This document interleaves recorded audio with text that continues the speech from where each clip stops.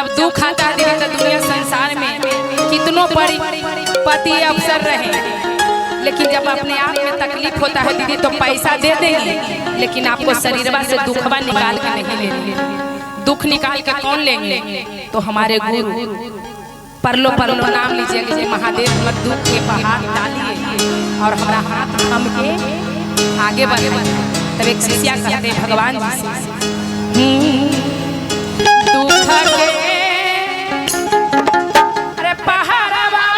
टूटले स्वामी जी से नहिया छूटत हो शिव गुरु हो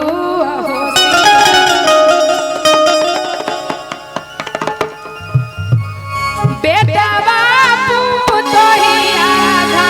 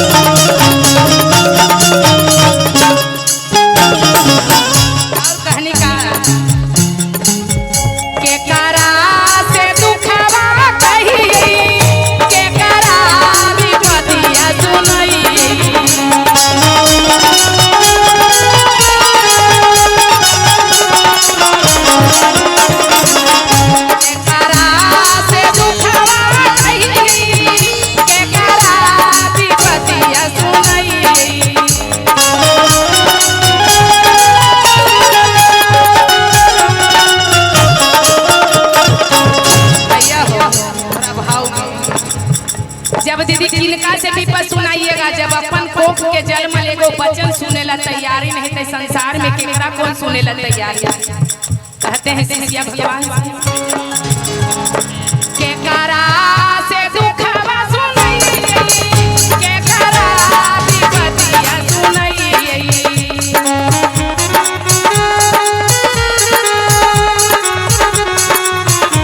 या हो शिव गुरु हो शिव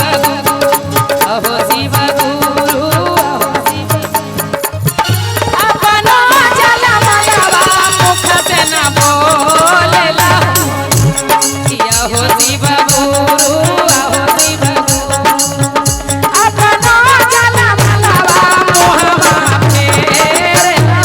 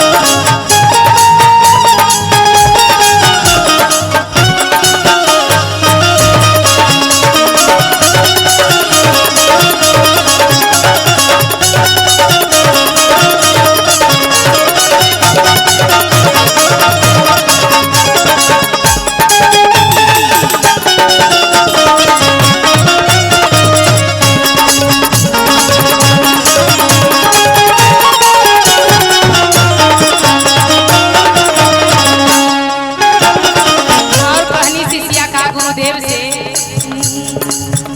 दुनिया से हारल तोहरो ज्ञान ले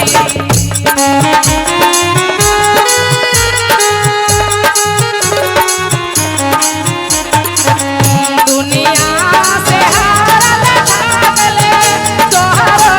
चरण धली